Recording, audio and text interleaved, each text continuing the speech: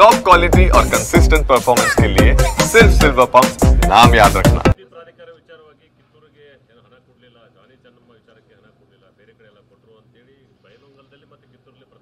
ಎಲ್ಲೂ ಕೂಡ ಸರ್ಕಾರ ಕಿತ್ತೂರು ರಾಣಿ ಚೆನ್ನಮ್ಮ ಪ್ರಾಧಿಕಾರ ಇರಬಹುದು ಬೇರೆ ಯಾವುದೇ ಪ್ರಾಧಿಕಾರ ಕೂಡ ಹಣವನ್ನು ಕೊಡ್ತಾ ಇಲ್ಲ.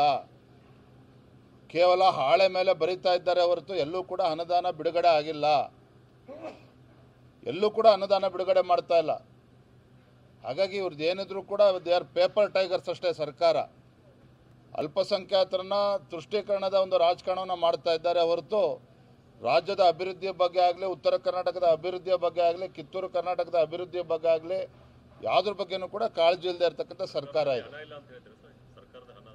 ಹಣ ಎನ್ನೋದಕ್ಕೆ ನಿಮಗೆ ಸಾಕ್ಷಿ ಏನು ಬೇಕ್ರಿ? ಸ್ವತಃ ಜಾರ್ಜ್ ಅವರು ಇಂಧನ ಸಚಿವರೇ ಹೇಳಿಕೆಯನ್ನು ಕೊಟ್ಟಿದ್ದಾರೆ. ಇವತ್ತು ನೀರಾವರಿ ಇಲಾಖೆ, PWD ಇರ್ಬೋದು, ಬೇರೆ ಬೇರೆ ಇಲಾಖೆಗಳು ಇವತ್ತು ವಿದ್ಯುತ್ ಕಂಪನಿಗಳಿಗೆ ಸುಮಾರು 6,500 ಕೋಟಿ ಇವತ್ತು ಬಿಲ್ಲನ್ನು ಪಾವತಿ ಮಾಡೋದಕ್ಕೆ ಸಾಧ್ಯ ಆಗಿಲ್ಲ. ಏನಿದ್ರ ಅರ್ಥ?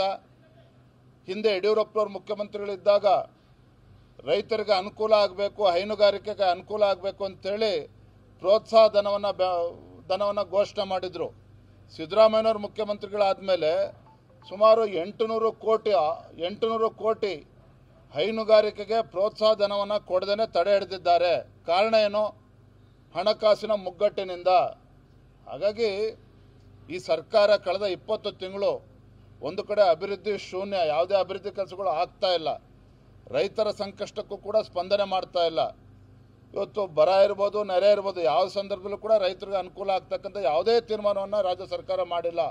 ಈಗಾಗಲೇ ಬಿಸಿಲು ನೋಡ್ತಾ ಇದ್ದೀರಿ, ತಾಪ ಯಾವ ರೀತಿ ಇದೆ ಅಂತ ಹೇಳಿದ್ರೆ ಮುಂದೆ ಬರ್ತಕ್ಕಂಥ ದಿನಗಳಲ್ಲಿ ಬಹುಶಃ ಏಪ್ರಿಲ್ ಮೇ ಅಷ್ಟೊತ್ತಿಗೆ ಇವತ್ತು ದನ ಕರುಗಳಿಗೆ ಮೇವಿನ ಸಮಸ್ಯೆ ಉಂಟಾಗ್ತದೆ, ಕುಡಿಯೋ ನೀರಿನ ಹಾಹಾಕಾರ ಉಂಟಾಗ್ತದೆ. ಈ ಯಾವ ನಿಟ್ಟಿನಲ್ಲೂ ಕೂಡ ರಾಜ್ಯ ಸರ್ಕಾರ ಯಾವುದೇ ತಯಾರಿಯನ್ನು ಕೂಡ ಮಾಡಿಕೊಂಡಿಲ್ಲ. ಇದನ್ನು ಕೂಡ ನಾವು ಸದನದಲ್ಲಿ ಉಲ್ಲೇಖ ಮಾಡ್ತೇವೆ.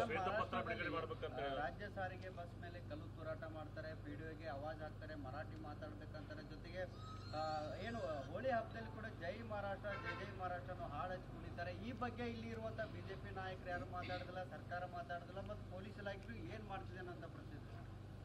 ನೋಡಿ, ಮರಾಠಿಗರು ಮತ್ತು ಕನ್ನಡಿಗರು ಅಥವಾ ಕನ್ನಡಿಗರು ಮತ್ತು ಮರಾಠಿಗರು ಅನ್ಯೋನ್ಯವಾಗಿ ಇರಬೇಕು ಅಂತಕ್ಕಂಥದ್ದು ಎಲ್ಲರದ್ದು ಉದ್ದೇಶ ಇದೆ.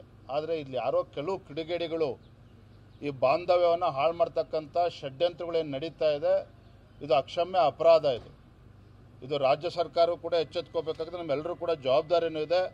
ಇವತ್ತು 2 ರಾಜ್ಯಗಳ ಮಧ್ಯೆ ಬೆಂಕಿ ಹತ್ತಕ್ಕಂಥ ಕೆಲಸ ಕೆಲವು ಕಿಡಿಗೇಡಿಗಳು ಏನು ಮಾಡ್ತಾ ಇದ್ದಾರೆ, ಸರಿಯಲ್ಲ. ಧನ್ಯವಾದ.